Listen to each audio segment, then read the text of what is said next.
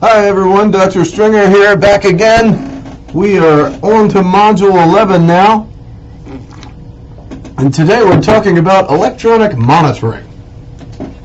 Sometimes electronic monitoring is just called EM. Just for future reference, I'll use that probably a couple times in the slides here. So you had a couple of articles to read. You had the Mark Renzema from the Journal of Experimental Criminology, and then you had the Turner, Chamberlain, Janetta, and Hess article, which was probably a little bit more challenging when they get into talking about some of the nuances of their findings there. So I wanted to give you guys a few just kind of discussion points, talk about these articles, talk about electronic monitoring as we move forward. So for those of you that aren't familiar with electronic monitoring is typically combined with house arrest. You guys might have seen in the news that Paris Hilton and some other famous people some years ago were seen, by the paparazzi and whatnot with ankle bracelets. And so typically people that are on electronic monitoring will have ankle bracelets. And so these things might be something that you will see as you see people throughout society, because some people who are on electronic monitoring are not actually on house arrest, or some of them are allowed to leave their houses to go to work and other things like that especially. So you will possibly see people with ankle bracelets on in society. There's two basic different types of electronic monitoring devices. There is passive monitors and active devices. And so the passive monitors are starting to get a little bit phased out. They're not used quite as much as they used to be. And these active GPS monitors tend to be the gold standard nowadays, so to speak. And so with the passive monitor, this thing would be hooked up to the telephone lines, oftentimes at an offender's house, and they would have an ankle bracelet, and what would happen is it would communicate through the telephone, as well as they have some that work through the internet nowadays too, and whenever the ankle bracelet was within the prescribed range of the base station, so to speak, then they would know that the offender was home.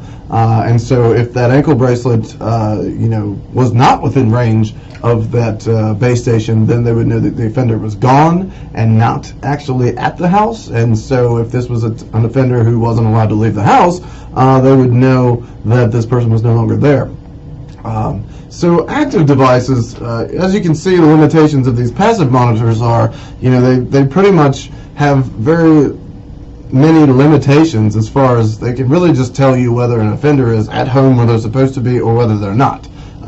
You can't see my hands on the camera, but the difference between those, one of the big differences, is that active devices can tell you not only whether they're home or not, but if they leave the house, that GPS device can actually tell you where they are, and so you can actively track a person in real time. So in case you guys haven't devised this yourself, this can be very easy when you want to apprehend an offender who has absconded from supervision, who still has their ankle bracelet on, because you can track where they are. Your readings don't talk about this from what I recall, but another thing that has come up recently is this new technology known as SCRAM, SCRAM. And so SCRAM is an acronym, naturally, for Secure Continuous Remote Alcohol Monitoring. And so what SCRAM is, I think Lindsay Lohan might have had this ankle bracelet, or the name has escaped me of the famous person who wore it, but she was arrested for a DUI. And so they've come up with this technology now where you wear the ankle bracelet, and this ankle bracelet can tell whether you've been drinking or not. So it actually uses, for those of you that don't know, when you consume alcohol, it evaporates through your pores. You sweat. Even if you're not actively sweating, alcohol still does come out of your pores. And so this device is actually able to sense the alcohol coming out of your pores around your ankle, and it can detect whether you've been drinking or not. And so this is a very new part of technology, and so this technology enables people to, or enables the criminal justice system to not only detect whether a person is at home on house arrest, but also if they've been drinking or not. They do not have the technology to tell if they're using any other illicit substances, so that could be one limitation of that. You can tell whether the person's been drinking, but you can't tell whether they've been smoking crack or shooting heroin or something else like that, which, I would argue is probably a little bit more important, but nonetheless. So the thing to think about with those is it tells you whether the person has been drinking, and you see this being used a lot when it comes to DUI offenders, particularly repeat offenders. That they will put them on this scram technology to track whether they've been drinking or not. For those of you that don't know, most people with a lot of habitual offender cases for drinking and driving usually have a lot of alcohol addiction issues, and so it's probably not going to be solved just by putting an ankle bracelet on someone and telling them not to drink. Alcohol has one of the worst withdrawal symptoms of any drug. It's right up there with heroin and opiates and those sorts of things. But anyway, so the big limitation of that too is that it tells you whether they're drinking or not, but it doesn't function as an ignition interlock system like you guys may have heard of, and we don't really cover it in this class. But an ignition interlock system is something that is put on an offender's car when they're convicted of a DUI, and it will prevent the car from starting, so that way that person can't drive. And so the scram technology doesn't really do that. It just tells you whether they're drinking or not, but it would not prevent them from leaving the house or from drinking. It just tells you that they have. So this is another limitation of these kind of passive monitors. They're passive. They can tell you information, but that's about it. So, moving along, one of the big uses and the big intended use of electronic monitoring is to divert people away from jail, to take people who would ordinarily be sent to jail and put them on house arrest and things like that. Most of the research actually shows that this is not necessarily the case. That usually what happens is that judges are putting people on electronic monitoring who would have ordinarily not been in jail or just been on probation or something like that. And so we still end up with the same amount of people in the jails and the prisons. We just have a whole another group of people who are now on electronic monitoring instead of being on probation. Not to say that some people don't get out of jail and prison. It's just the masses. It doesn't seem to be affecting quite in that way. So it can be used on the back end as well after people get out of prison to track parolees and things like that. And I think that's a great way of doing that, especially and you'll see when you think about sex offenders and stuff like that. Sex offenders have when they get paroled, they get all sorts of limitations on places that they're allowed to go. They're not allowed to be near schools and any place where there's oftentimes young children. When they're on supervision, they're on Halloween. They're required to go and be at a place where they're all supervised because they know that there's going to be young children out going to strange doors and things like that. So these are all things to think about. So looking at the hypotheses here, does it reduce offending during its use or after completion? What does electronic monitoring have to do with reduction of offenses? I know that there has been some research that has actually shown that people are oftentimes more likely to offend or be caught for some sort of technical violation while they're on probation or parole when they're on electronic monitoring. The same goes for intensive supervision and day reporting centers and things like that. And this is a very logical point because it goes without saying that the more limitations you put on someone, the more problem they're going to have with meeting those expectations or meeting those limitations. So if you just say, well, your conditions of your probation are to not get arrested for the next 12 months. Well, most of us can probably abide by that pretty easily, right? To go 12 months without getting arrested is not a huge challenge. Now, to be able to be on house arrest, be on electronic monitoring, to go to work from 8 to 5 every day, and then be back at your house before 5:30 or 6 o'clock, or however amount of time they give you to get home, as well as be able to, go to any kind of alcohol safety meetings or whatever kind of treatment you have to do and things like that, as well as maybe you even have the scram bracelet and you're not allowed to drink either. And of course your license is probably suspended and things like that. So the more these things stack up, the harder it's going to be for an offender to meet these things. Maybe you're coming home from work and, there's a lot of traffic. We know a lot about traffic around here, right? And so then you don't get home in time. That would be a technical violation because you have not gotten home before the time that you were supposed to be home. And so these are all good examples about, the way that can work. It is a community supervision tool, so you would be supervising. Probation and parole officers use this extensively for supervising offenders in the community.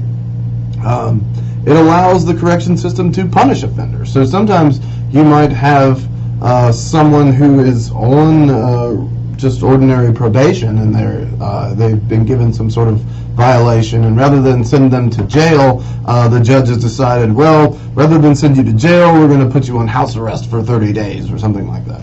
And so that's another way of kind of what we would call an intermediate sanction. And so this is allegedly supposed to reduce prison and jail crowding. It's also supposed to be cheaper.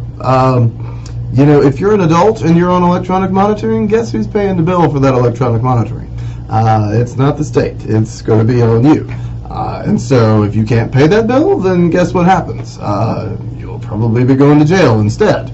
Last I looked, it was about $17 a day to be on electronic monitoring. So these companies are making a good amount of money. And of course, if you don't have the money to pay for it, then they have a place for you too, which is unfortunate.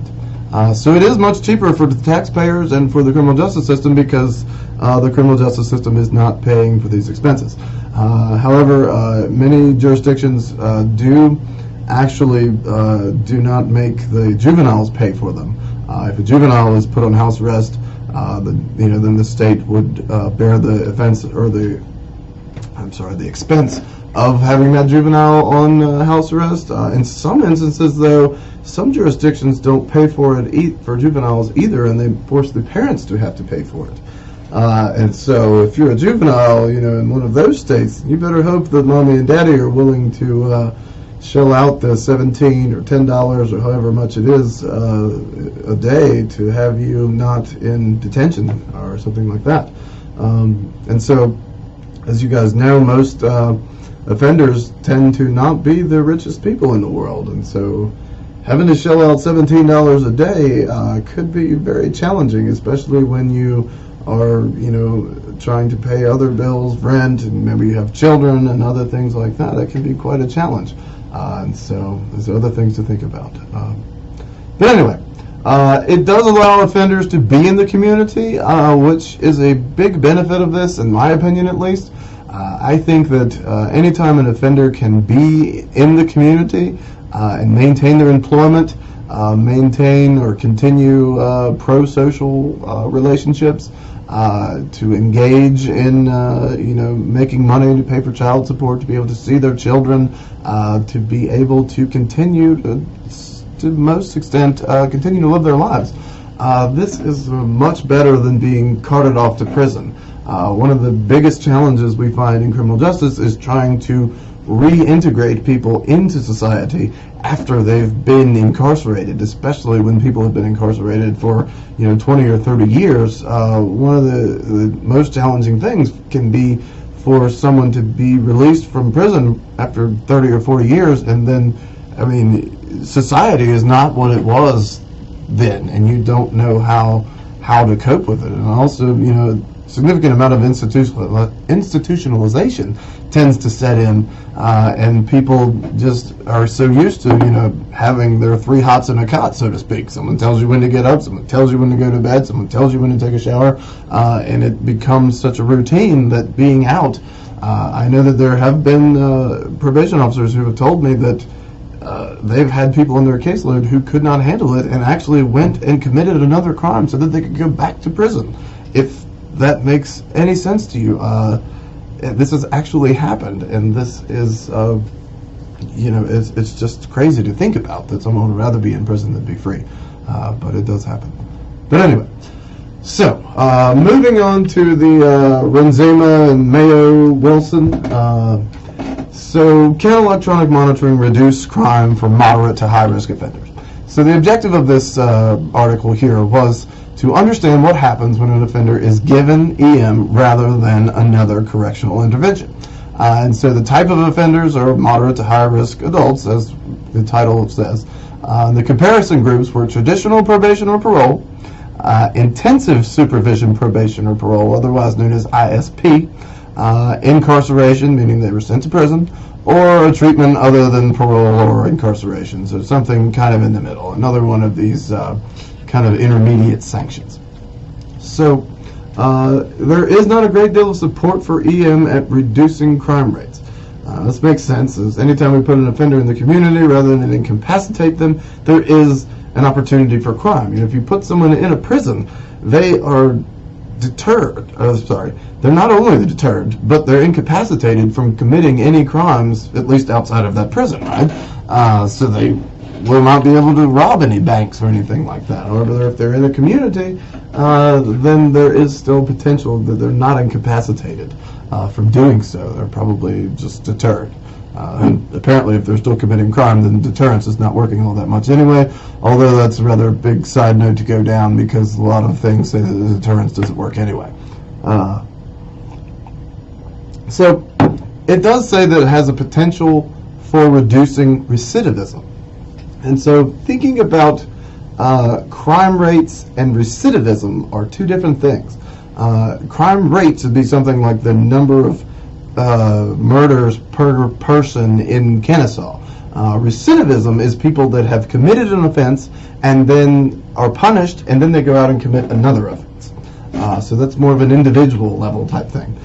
So it does show that EM monitoring reduces recidivism, new offenses, and absconding compared to traditional community supervision. Now, as I mentioned, absconding is a word that we use when people flee from their supervision.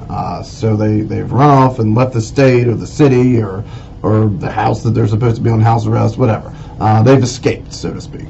We refer to that as absconding from supervision. Sounds cool, huh? Anyway, so the study conclusions here say that EM for moderate and high-risk offenders has serious limitations. The research studies on EM are of very low quality. The government will need to sponsor more experimental research. If the research continues to show that EM cannot accomplish its goals, perhaps it should be discontinued. If it's not doing what it's supposed to be doing, then do we need to waste money on this? That assumes that we're spending money on it, though, right? And so if you think about this, even if the offender is paying for the expense of the bracelet, you're still going to have more probation and parole officers to supervise these people that are on house arrest.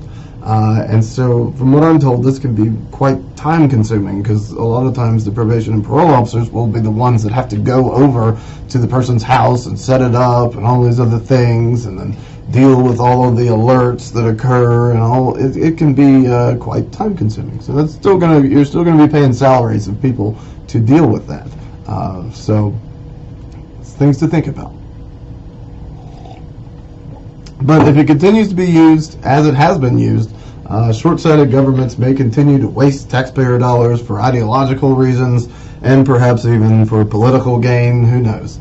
And that's a quote from your article there. So we should discontinue EM, right? We should just get rid of it. It doesn't seem to work. It's not important. Well, not so fast.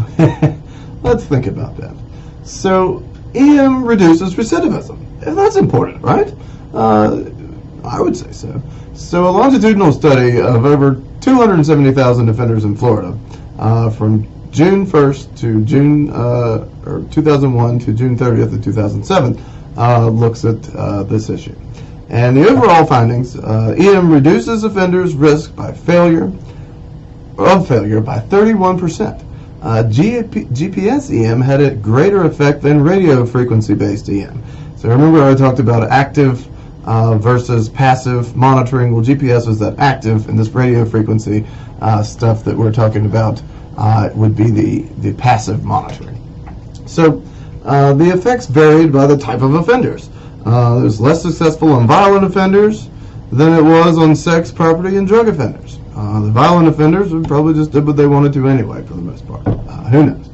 And getting violent offenders on electronic monitoring is not something that happens that often. But this could be something that has occurred when someone has been paroled, as well as sex offenders and things like that. When they're paroled, you like to keep track of people, especially when they're on parole, make sure that they're not doing anything that they shouldn't be. So, sex offender is an imprecise term. It refers to a variety of crimes that vary by state and local definitions, and a majority of sex offenders are not incarcerated. I've often thought about this issue, and when we think about the word sex offender, we think child molester, we think rapist, we think these awful, terrible things. But dependent upon where you are, there are some things that can be written up as being a sex offender or sex offense that you wouldn't really think about as being such. So urinating in public could be written up as a sex offense, right? If you're exposing yourself. They've had people before who have been engaged in consensual encounters with their significant other and been in a public place, like maybe they've been on the beach or something. That would be considered a sex offense as well. There's a laundry list of things like that. And so I caution you all to think about that. I know when I was in high school, there was a person that went to my school that ended up, we didn't even know about this until one of the girls was looking on the sex offender registry to see if there's any living nearby, and this guy's name popped up. And apparently he had been 18 and somehow had gotten in trouble for engaging in consensual behavior with someone who was 17. It was his girlfriend. And so this man is on the sex offender for the rest of his life because he was 18 and his girlfriend was 17. So these are things to think about. That's statutory rape statute. I would argue that that's not nearly as bad as forcibly raping someone against their will, or engaging in child molestation, or all of these other terrible things that come to mind when you think about the word sex offender. But anyway, so as I digress, so Turner, Chamberlain, Janetta, and Hess, 2015, they look at, is GPS effective in terms of reducing violations for supervision conditions as well as new behavior and returns to custody? And so study design that they're looking at here is 185 participants, and 91 on GPS, 94 on GPS, and 91 are on specialized case limits. Excuse me. And there's a follow-up period of about 12 months. So that means that you're looking at recidivism, and so you're only following them up for 12 months. So that's the key part to think about there. They could have reoffended, but they did so outside of that 2-month time period that they were examining. So that's an important thing to think about. They could have recidivated 5-10 years later. Who knows? Anyway, so results there. Comparing GPS, parolees, and HRSO. So fairly similar recidivism outcomes across both groups. This, again, does not bode well for electronic monitoring, right? But more on the results. Well, the GPS parolees were less likely to commit a new crime. That's probably good, right? There was no significant differences between groups with regard to sex offense and assault violations. And comparison groups were significantly more likely to be guilty of failure to register as a sex offender and for absconding. So that sounds pretty good too, right? So what does this mean? Well, it's much easier to keep track of people when they're on GPS, right? You know where they're going and what they're doing and things like that. And so the public will likely see this as a positive thing, right? If you can keep track of them and you know where they are, that's a great thing. And so if someone goes and commits a crime, and they're on GPS, then you can prove that they were there where that crime occurred at, which could be very helpful. So what can we conclude about these findings? Well, if GPS parolees are less likely to be arrested for a new offense, it may be that GPS deters some criminal behavior. GPS also reduces absconding and failure to register as a sex offender, so that's a good thing too, right? But what about the policy takeaways? Well, it may be that GPS is a very good supervision tool, but we shouldn't expect much in terms of recidivism. GPS costs more than regular supervision, about $4,600 more per person per year in areas where, of course, the offender is not required to pay for it. The unanticipated consequences. Well, a false sense of security among the public. Most victims know their offender. EM cannot protect the community at large, which is a big limitation of this. So if you look at the rape and sexual assault of female victims, you find that 39% are a friend, 40% are intimate partners, and only 20% are actual strangers, which is quite concerning, right? So sanction stacking. So there's this idea of net widening, which I was kind of getting at. And this is a situation in which offenders face high expectations regarding the type and number of conditions that will be led to a high return to incarceration. Like I said before, you give people more expectations, more limitations on their behavior. It's going to be harder for them to meet these expectations and meet these limitations, and you're going to end up with more people getting violated for their probation or parole and being sent to incarceration. So this is also leading to restructured workloads. Like I said, there's a lot of work for probation and parole officers. So the work of actually putting someone on EM is a lot of work, and then it leads to a lot of increased responsibilities. I tell you, the last thing you want as a probation or parole officer is to find out that one of your people that was on electronic monitoring is gone and committed a very heinous and maybe a rape or murder or something like that, and you didn't notice that they had absconded from supervision and they were on house arrest, but they're no longer at their house, and that's going to have your boss breathing down your neck pretty good, and you might be in some trouble there. So anyway, the anomic conditions in the electronic monitoring program.